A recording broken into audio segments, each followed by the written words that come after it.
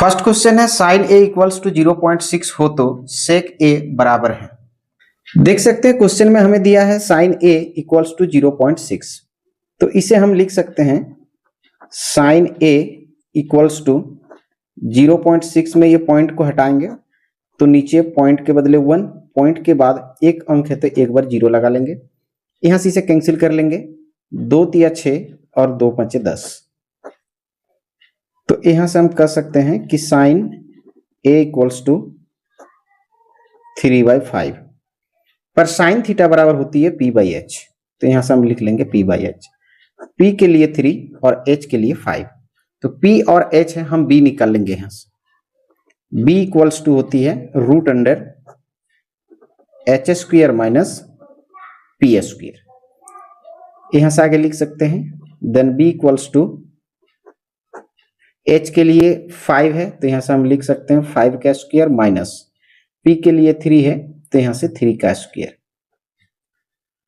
और b equals to 5² 5 पंचे 25, 3² 3 3 जा 9, तो हम कह सकते हैं कि b equals to √16, then b equals to 16 को अगर हम लोग वर्गमूल कर रहे हैं, रूट कर लें तो उसका वैल्यू 4 आएगा, तो b का वैल्यू आया 4।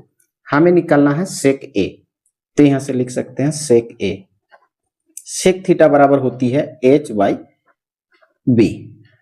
देख सकते हैं h हमारे लिए कितना है, तो h 5 है तो h के लिए यहां से 5 बैठाएंगे और b के लिए 4 है तो यहां से 4 बैठाएंगे, तो जो सेक a का वैल्यू होगा वो 5/4 होगा। और देख सकते हैं कौन सा ऑप्शन में दिया गया है, तो ऑप्शन ए में दिया गया है, तो ऑप्शन ए जो है इस क्वेश्चन के लिए राइट आंसर हो जाएगी। नेक्स्ट क्वेश्चन है बिंदुओं P 4,6 और Q 6,8 के बीच की दूरी है। देख सकते हैं क्वेश्चन में हमें 2 बिंदु दिया है, एक P और एक Q, तो P और Q के बीच की दूरी हमसे मांगा गया है। ये बिंदु को हम P मान के चलते हैं और इस बिंदु को हम Q मानते हैं। P के लिए हमारे पास है 4,6 और Q का निर्देशांक दिया है 6,8। यहां से हम x1 4 और x2 6, 4 1 x1 x2 y1 y2, उसी तरह हम यहां से y1 6 ले लेंगे और y2 8, x1 x2 y1 y2। उसके बाद हम PQ के बीच की दूरी निकाल लेंगे, तो यहां से लिख सकते हैं PQ की दूरी, PQ की दूरी फॉर्मूला होती है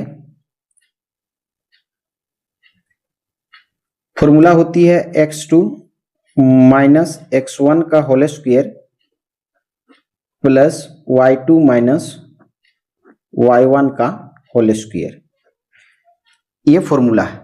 यहां से आगे हम लोग वैल्यू बैठा लेंगे, x2 6 माइनस x1 4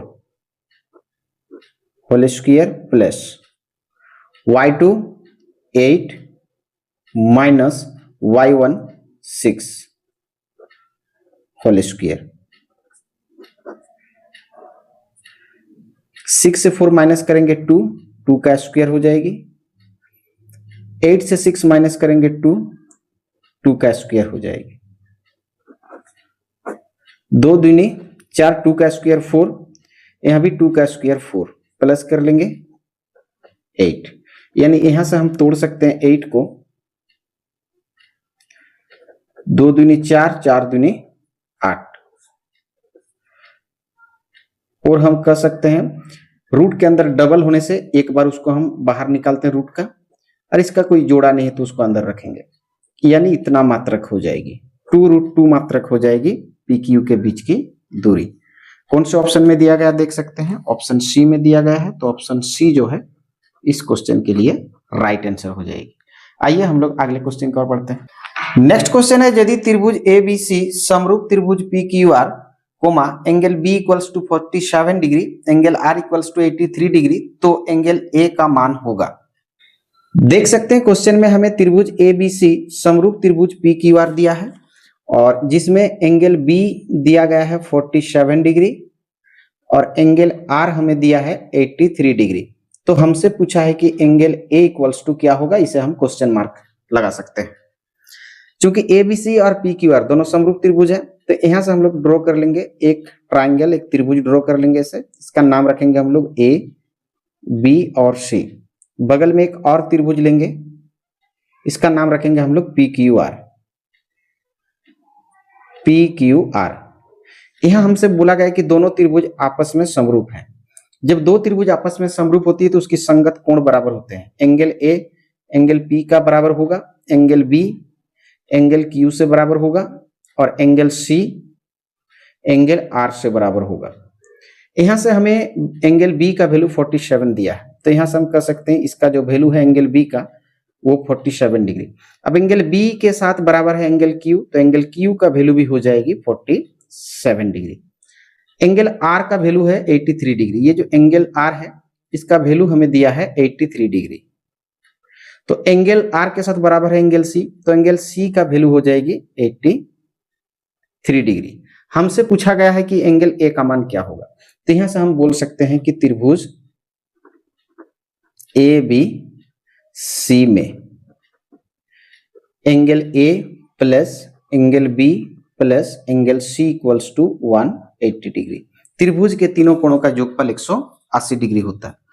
तो यहां से एंगल ए हमें मांगा गया है, एंगल बी का वैल्यू देख सकते हैं 47 डिग्री, तो यहां से हम 47 बैठा लेंगे। एंगल सी 83 डिग्री, तो 83 equals to 180 degree. Angle A plus 47 और 83 दोनों को प्लस कर लेंगे तो ये होगा 130 डिग्री इक्वल्स टू 180 डिग्री। तो angle A equals to 180 degree, ये प्लस का है, 130 को जाके माइनस कर लेंगे तो यहां से हम कह सकते हैं कि एंगल ए इक्वल्स टू हो जाएगी 180 में 130 माइनस कर लेंगे तो यहां से आएगी 50 डिग्री। तो एंगल ए का जो वैल्यू होगा वो 50 डिग्री होगा। और देख सकते हैं कौन सा ऑप्शन में दिया गया है, तो ऑप्शन ए में दिया गया है। ऑप्शन ए जो है इस क्वेश्चन के लिए राइट आंसर हो जाएगी। आइए हम लोग अगले क्वेश्चन की ओर बढ़ते हैं। नेक्स्ट क्वेश्चन है 120 डिग्री केंद्रीय कोण और 7 डिग्री त्रिज्या वाले त्रिज्याखंड का क्षेत्रफल है। देख सकते हैं क्वेश्चन में हमें त्रिज्याखंड का क्षेत्रफल निकालने के लिए त्रिज्या का वैल्यू 7 सेंटीमीटर और थीटा यानी जो केंद्रीय कोण है वो 120 डिग्री दिया है। तो हमें त्रिज्याखंड का क्षेत्रफल निकालना, तो यहां से हम फॉर्मूला सेट कर लेंगे कि त्रिज्याखंड का क्षेत्रफल बराबर त्रिज्याखंड का क्षेत्रफल बराबर फॉर्मूला होती है theta by 360 degree into pi r square. Theta हमारे पास देख सकते हैं 120 डिग्री है, तो 120 बैठा लेंगे, बट्टे में 360 इंटू पाई के लिए 22/7 रखा जाएगा, इंटू आर स्क्वायर यानी आर को 2 बार लिखना है, आर हमारे लिए 7 है तो यहां से हम 7 इंटू 7 2 बार कर लेंगे यहां से। फिर यहां से एक एक जीरो हम कैंसिल कर सकते हैं, 12 कम 12 12 तो ये 36 यहां से कैंसिल कर लेंगे, यहां से एक एक 7 कैंसिल कर लेंगे ऐसे। तो यहां से हम कह सकते हैं 22 गुणा 7 7 दूनी 14 फिर 7 दूनी 14 और 1 15 154 बट्टे में ये 3 सेंटीमीटर स्क्वायर हो जाएगी। तो जो त्रिज्याखंड का क्षेत्रफल होगा 154/3 सेंटीमीटर स्क्वायर होगा। और देख सकते हैं कौन सा ऑप्शन में दिया गया है, तो ऑप्शन बी में दिया गया है, तो ऑप्शन बी जो है इस क्वेश्चन के लिए राइट आंसर हो जाएगी। आइए हम लोग अगले क्वेश्चन की ओर बढ़ते हैं। नेक्स्ट क्वेश्चन है एक पासे को एक बार फेंका जाता है, सम संख्या आने की प्रायिकता है। देख सकते हैं क्वेश्चन में हमें एक पासा दिया गया है, तो हमें मालूम है पासा की कुल परिणाम 6 होती है, तो यहां से हम लिख सकते हैं पासा की कुल परिणाम जो होता है वो 6 होता है, 1 2 3 4 5 और 6। हमसे पूछा गया है कि इसमें सम संख्या की प्रायिकता क्या होगी, तो सम संख्या की प्रायिकता तो यहां से हम लोग लिख सकते हैं सम संख्या। देख सकते हैं कौन कौन सम संख्या है, 2 4 और 6 ये सम संख्या है। तो सम संख्या की संख्या कितनी बार है, 1 2 3 3 बार है, तो यहां से हम लिखेंगे 3। अब हमें सम संख्या की जो है प्रायिकता निकालना, प्रायिकता बराबर होती है अनुकूल परिणाम बटा कुल परिणाम। अनुकूल परिणाम जो मांगा गया है सम संख्या उसको अनुकूल बोलेंगे और कुल परिणाम 6 है, 1 2 3 4 5 6, तो नीचे 6 ले लेंगे। यहाँ से हम काट लेंगे 3 एकम 3 और 3 दूनी 6, तो जो प्रायिकता होगी वो 1/2 होगी। और देख सकते हो कौन से ऑप्शन में दिया गया है, तो ऑप्शन ए में दिया गया है, तो ऑप्शन ए जो है इस क्वेश्चन के लिए राइट आंसर होगा। नेक्स्ट क्वेश्चन है समांतर श्रेणी यानी एपी -5, -1, 3, 7 ... का सार्वअंतर है। क्वेश्चन में हमें सार्वअंतर निकालना है। देख सकते हैं हमें एपी दिया है -5, 1, 3, 7 ... इसका हमें सार्वअंतर निकालना, सार्वअंतर यानी डिफरेंस, इसके बीच में कितने का डिफरेंस है वो डिफरेंस निकालना है। तो डिफरेंस यानी डी निकालने के लिए सबसे पहले हमें प्रथम पद ढूंढना पड़ता है, उसको हम A1 से डिनोट करते हैं। तो किसी भी एपी का पहला वाला जो पद होता है उसी को हम प्रथम पद बोलते हैं। उसके बाद हमें दूसरा पद ढूंढना होता है। अगर ये पहला पद है तो ये दूसरा पद होगा -1। अब यहां से हम डी यानी सर्वांतर निकालेंगे। डी बराबर फॉर्मूला होती है A2 - A1। A2 है हमारे लिए -1, ये माइनस लगाएंगे, और A1 है -5, तो यहां से हम लेंगे -5, यानी हम कह सकते हैं -1 और ये -+ 5 अलग अलग साइन है, घटा लेंगे। 5 में 1 घटेगा 4 और 5 बड़ी है प्लस में है तो ये प्लस में रहेगा, तो जो डी का वैल्यू होगा वो 4 होगा। देख सकते हैं कौन सा ऑप्शन में दिया गया है, तो ऑप्शन सी में दिया गया है, तो ऑप्शन सी जो है इस क्वेश्चन के लिए राइट आंसर होगा। आइए हम लोग अगले क्वेश्चन की ओर बढ़ते हैं। नेक्स्ट क्वेश्चन है द्विघात समीकरण x² - x - 6 = 0 के मूल होंगे। देख सकते हैं हमें एक द्विघात समीकरण दिया है x² - x - 6 = 0, इसके हमें मूल ज्ञात करना होगा। तो यहां से इसे हम इस तरह से समझ सकते हैं कि ये जो 6 है इसे हम ऐसी दो संख्या में तोड़ेंगे इस 6 को कि जिनको माइनस कर देने पर 1 आ जाए और गुणा करने पर 6 आ जाए। तो यहां से हम कह सकते हैं 3 2 जा 6, और अगर हम 3 से 2 को माइनस कर दे तो यहां से 1 आ जाएगी। यानी जो संख्या हमें ढूंढना है यानी 6 को जो ब्रेक करना है वो 3 और 2 में करना है। यहां से हम x² कर लेंगे, ये माइनस का माइनस लगाएंगे। बड़ा वाला को हमेशा पहले लिखा जाता है, तो यहां से हम 3x लेंगे, छोटा वाला को बाद में लिखेंगे, और दोनों के बीच क्या करके लाना है, तो ये साइन, अगर ये माइनस है तो यहाँ माइनस लगाना, ये प्लस है तो प्लस, फिर ये -6 = 0। x², ये प्लस माइनस -3x, फिर माइनस माइनस प्लस 2x -6 = 0। इन दोनों से कॉमन लेंगे, x कॉमन लेंगे, तो यहाँ x² यानी x की संख्या 2 बार है, एक बार बाहर निकला तो एक बार अंदर में रखेंगे। ये x बाहर आया तो अंदर में -3 को रख लेंगे। 2x और 6 से कॉमन लेंगे, तो यहाँ से हम +2 को कॉमन लेंगे, तो यहाँ से आएगी x, ताकि 2x इंटू होकर 2x हो जाए। यहाँ माइनस रखेंगे ताकि प्लस माइनस माइनस, और 3 2 जा 6, 3 दूने 6 = 0। ये देखने में एक जैसा होनी चाहिए। अब जो एक जैसे है देखने में, उन दोनों में हम एक बार कॉमन ले लेंगे, या ऐसे कह सकते हैं कि दोनों में एक बार लिखेंगे। इसके बाहर में जो x है और इसके बाहर में जो +2 है उसको मिला के एक जोड़ा बना लेंगे = 0। फिर यहाँ से x -3 के लिए 0 एक बार लिख लेंगे, और x +2 के लिए एक बार ये 0 लिख लेंगे। फिर यहाँ से हम मूल प्राप्त करेंगे, ये x = ये 3 माइनस का है, राइट साइड ले जाएंगे तो प्लस का 3 हो जाएगी, और ये x = ये प्लस का 2 है, राइट साइड जाएगी तो माइनस हो जाएगी। तो हम कह सकते हैं कि जो x का वैल्यू होगा वो प्लस का 3 और माइनस का 2 होगा, और यही इस क्वेश्चन के दो मूल होंगे, +3 और -2। तो देख सकते हैं कौन सा ऑप्शन में दिया गया, तो ऑप्शन ए में दिया गया, तो ऑप्शन ए जो है इस क्वेश्चन के लिए राइट आंसर हो जाएगी। आइए हम लोग अगले क्वेश्चन की ओर बढ़ते हैं। नेक्स्ट क्वेश्चन है समीकरण x - y + 9 = 0 और 3x - 2y + 12 = 0 के द्वारा निरूपित रेखाएं। देख सकते हैं क्वेश्चन में हमें दो समीकरण दिया है, x - y + 9 = 0 समीकरण 1 लेंगे, 3x - 2y + 12 = 0 इसको हम इक्वेशन 2 लेंगे। अब हमें वो रेखाएं प्राप्त करना है कि ये कौन सी रेखाएं होगी। तो सर्वप्रथम इस समीकरण से हम a1 ढूंढ लेंगे। a1 पहले समीकरण का x का गुणांक को a1 बोलते हैं, यहाँ से a1 1 होगी, यहाँ पे 1 छिपा है। b1 ढूंढ लेंगे, y का गुणांक यहाँ पे 1 छिपा है लेकिन माइनस है तो हम यहाँ से -1 ले लेंगे। उसी तरह हम c1 ढूंढ लेंगे, c1 ये 9 को लेंगे। दूसरे समीकरण से हम a2 ढूंढ लेंगे, ये a1 है तो a2 ये 3 को लेंगे। फिर b1 ढूंढ लेंगे, a1 A2 B1, ये B2 हो जाएगी, B2 होगी ये 2 लेकिन माइनस में है तो -2 ले लेंगे। उसी तरह ये C1 है तो यहाँ से C2 लेंगे समीकरण 2 से, और ये होगा हमारा 12। अब यहाँ से हम फॉर्मूला सेट कर लेंगे कि A1 बाई A2, A1 1 है और A2 देख सकते हैं 3 है, तो यहाँ से हम लिख सकते हैं 1/3। अच्छा, उसके बाद यहाँ से ले सकते हैं फिर B1 बाई B2, B1 कितना देख सकते हैं -1, B2 है -2, दोनों का माइनस यहाँ से कैंसिल कर लेंगे तो 1/2 आएगी। फिर यहाँ से हम लिख सकते हैं C1 बाई C2, C1 कितना है 9, C2 है 12, 3 3 जा 9, 3 4 जा 12, यानी यहाँ से निकल के आएगी 3/4। अब यहाँ से हम ये देख सकते हैं कि जो A1 बाई A2 है वो B1 बाई B2 के वैल्यू से बराबर नहीं है, तो हम यहाँ से कह सकते हैं कि A1 by A2 not equals to B1 by B2, दोनों बराबर नहीं है, 1/3 1/2 बराबर नहीं है। उसी तरह ये 3/4 भी जो है A1 A2 B1 B2 C1 by C2, ये तीनों किसी से आपस में बराबर नहीं है। इसका A1 बाई A2 का मान अलग है, B1 B2 का वैल्यू अलग है, C1 बाई C2 का वैल्यू अलग है, तो कोई आपस में बराबर नहीं है। तो हम कह सकते हैं A1 by A2 not equals to B1 by B2 not equals to C1 by C2। तो जब A1 by A2 not equals to B1 B2, जब A1 by A2 B1 B2 से बराबर ना हो तो तीसरा को देखने की जरूरत नहीं है।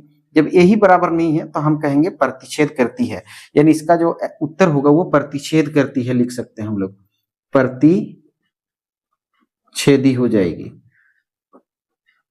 तो देख सकते हैं कौन सा ऑप्शन में दिया गया है, तो ऑप्शन सी में है, तो ऑप्शन सी जो है इस क्वेश्चन के लिए राइट आंसर हो जाएगी। आइए हम लोग अगले क्वेश्चन की ओर बढ़ते हैं। नेक्स्ट क्वेश्चन है t² - 15 के शून्यांक हैं। देख सकते हैं क्वेश्चन में हमें t² - 15 के शून्यांक बोला गया है। शून्यांक बोलने से यहां से हम शून्य यानी 0 लगा लेंगे। अब यहां से हमें t का मान निकालना है, t के शून्यांक ज्ञात करना है। तो यहां से हम ऐसे कर सकते हैं कि t में स्क्वायर है, माइनस कर लेंगे, ये 15 में ऐसा क्या कर दें कि उसका स्क्वायर करने पर 15 आ जाए। तो यहाँ से हम रूट लगा के 15 करेंगे और फिर इसका हम ऐसे स्क्वायर लगा लेंगे। इससे क्या होगी, 15 रूट 15 का स्क्वायर करेंगे तो स्क्वायर से अगर ये रूट कट जाए तो 15 ही आएगी, इक्वल्स टू 0। पर रूट 15 का स्क्वायर करने से हमें एक नया फॉर्मूला प्राप्त होती है। अगर मैं इसको a मानूं और इसको b मानूं तो ये स्क्वायर माइनस बी स्क्वायर हो जाएगी। तो हम कहेंगे एक बार कि a प्लस ये b, और एक बार कहेंगे into a minus B equals to हमें दिया है 0। तो यहाँ से हम लिख सकते हैं ऐसे कि t plus root 15 equals to 0 एक बार लेंगे और t minus root 15 equals to 0 एक बार लेंगे। ये 0 दोनों के लिए अलग अलग लेंगे। तो यहाँ से हम कह सकते हैं कि t इक्वल्स टू ये प्लस रूट 15 है, इधर लेकर आएंगे तो ये माइनस का हो जाएगी, माइनस रूट 15। उसी तरह यहाँ t के साथ माइनस रूट 15 इस साइड ले जाएंगे तो ये प्लस का रूट 15 हो जाएगी। तो जो t के शून्यांक होंगे वो t के शून्यांक एक बार होंगे प्लस रूट 15 और एक बार होंगे माइनस रूट 15। ये दो इसके आंसर हो जाएंगे, दो शून्यांक हो जाएंगे। देख सकते हैं कौन सा ऑप्शन में दिया गया है, तो ऑप्शन बी में दिया गया है। तो ऑप्शन बी जो है इस क्वेश्चन के लिए राइट आंसर हो जाएगी। आइए हम लोग अगले क्वेश्चन की ओर बढ़ते हैं। नेक्स्ट क्वेश्चन है, यदि किसी अर्धवृत्ताकार खेत की त्रिज्या 7 cm है तो उसका परिमाप है। देख सकते हैं क्वेश्चन में एक अर्धवृत्त है, अर्धवृत्ताकार खेत जो है उसकी जो त्रिज्या वो 7 सेंटीमीटर हमें दिया है, तो हमें उसका परिमाप ज्ञात करना है। तो अर्धवृत्त यानी हम कह सकते हैं कि ये एक हमारा वृत्त है। अर्धवृत्त तब होगा जब हम इसके केंद्र को मिलाते हुए एक जीवा खींचेंगे जिसका नाम पड़ जाएगा व्यास। वृत्त के केंद्र को टच कराते हुए जब हम कोई व्यास खींचते हैं या कोई जीवा खींचते हैं तो उसका नाम पड़ता है व्यास। ये ए बी जो है व्यास है, तो हम कहेंगे ए यहाँ से यहाँ तक जो है एक अर्धवृत्त है। उसी तरह नीचे से इस तरह से यहाँ तक जो है एक अर्धवृत्त है। तो हमें इसका परिमाप ज्ञात करना है। परिमाप ज्ञात करने के लिए मान लीजिए इस बिंदु से हम शुरू करते हैं, जिस बिंदु से हम चलना शुरू करेंगे वापस जब हम वहीं पे आएंगे, ये अर्धवृत्ताकार है, केवल इसी का हमको परिमाप निकालना है, या तो नीचे वाला का निकालना होगा। ये भी एक अर्धवृत्त है, इसका भी मैं निकाल सकता हूँ। तो यहाँ से अगर हम चलना शुरू किए तो ये चलते चलते जब हम फिर उसी पॉइंट पे वापस आ जाते हैं, ये जितनी दूरी मापी जाती है इसे उसका परिमाप कहते हैं।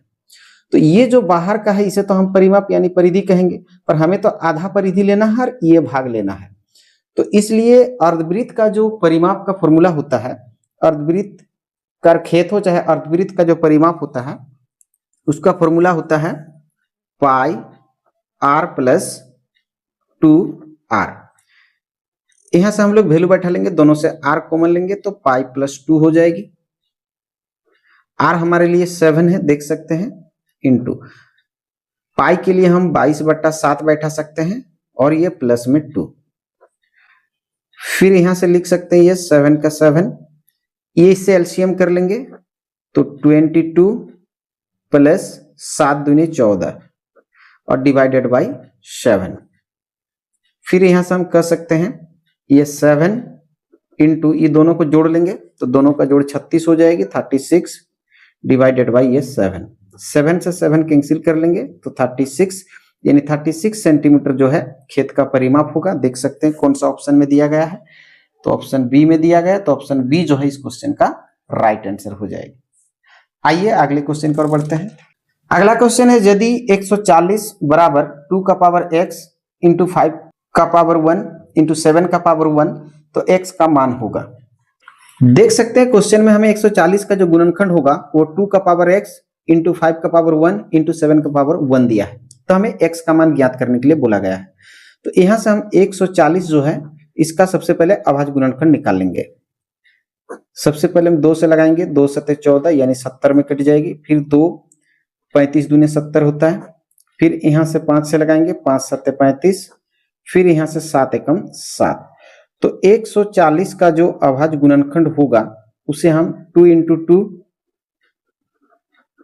5 इंटू 7 के रूप में लिख सकते हैं। यानी हम कह सकते हैं 2 की संख्या 2 बार है तो पावर में 2 लिखेंगे, 5 की संख्या 1 बार है तो पावर में 1 लिखेंगे, 7 की संख्या 1 बार है तो पावर में 1 लिखेंगे।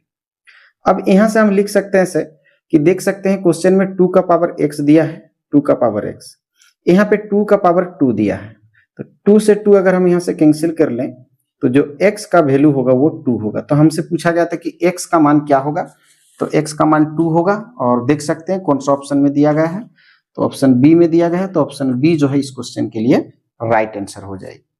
आइए हम लोग अगले क्वेश्चन की ओर बढ़ते हैं। नेक्स्ट क्वेश्चन है एक स्तंभ की छाया की लंबाई स्तंभ की ऊंचाई से 1/√3 गुनी है, सूर्य का उन्नयन कोण ज्ञात करें। देख सकते हैं क्वेश्चन में हमें एक स्तंभ दिया गया है, ए बी को हम स्तंभ मानते हैं, तो यहां से हम मानेंगे ए बी इक्वल्स टू स्तंभ। और अगर ये स्तंभ है यानी पिलर खंबा है, अगर सूर्य यहां है तो इसका छाया इधर बनेगी, यानी बीसी जो है छाया बनेगी। स्तंभ की छाया की लंबाई स्तंभ की ऊंचाई से 1/3 गुणी है। ए बी को हम स्तंभ मानेंगे और अगर ये स्तंभ यानी खंबा है तो बीसी उसकी छाया होगी अगर सूर्य यहाँ पे हो। तो ए बी स्तंभ और बीसी छाया। हमसे बोला गया है कि जो छाया है वो इसकी स्तंभ की ऊंचाई का 1/√3 गुना है। तो स्तंभ को अगर हम x माने तो जो छाया होगा बीसी वो 1/√3x हो जाएगी। तो यहां से इसे हम x मानेंगे तो ये आ जाएगी 1/√3x। हमें पूछा गया है उन्नयन कोण क्या होगा, एंगल सी का वैल्यू हमसे पूछा गया है कि इसका वैल्यू कितना होगा। देख सकते हैं ये एक समकोण त्रिभुज है, समकोण त्रिभुज में इसे हम लंब कहते हैं और इसे हम आधार कहते हैं, और 90 डिग्री के सामने वाले को हम कर्ण बोलते हैं। तो यहां से हम लिखेंगे tan c, क्योंकि इसका निकल रहे हैं तो tan c, p/b होगी px और b 1/√3x। यहां से x हम कैंसिल कर लेंगे, तो यहां से हम कह सकते हैं कि tan c इक्वल्स टू यहां से 1 ये जो नीचे 3 है इसे हम ऊपर उठा लेंगे, 1 के साथ इंटू करके डिवाइडेड बाय 1, यानी हम कह सकते हैं कि 1√3 से इंटू होगा तो √3 हो जाएगी।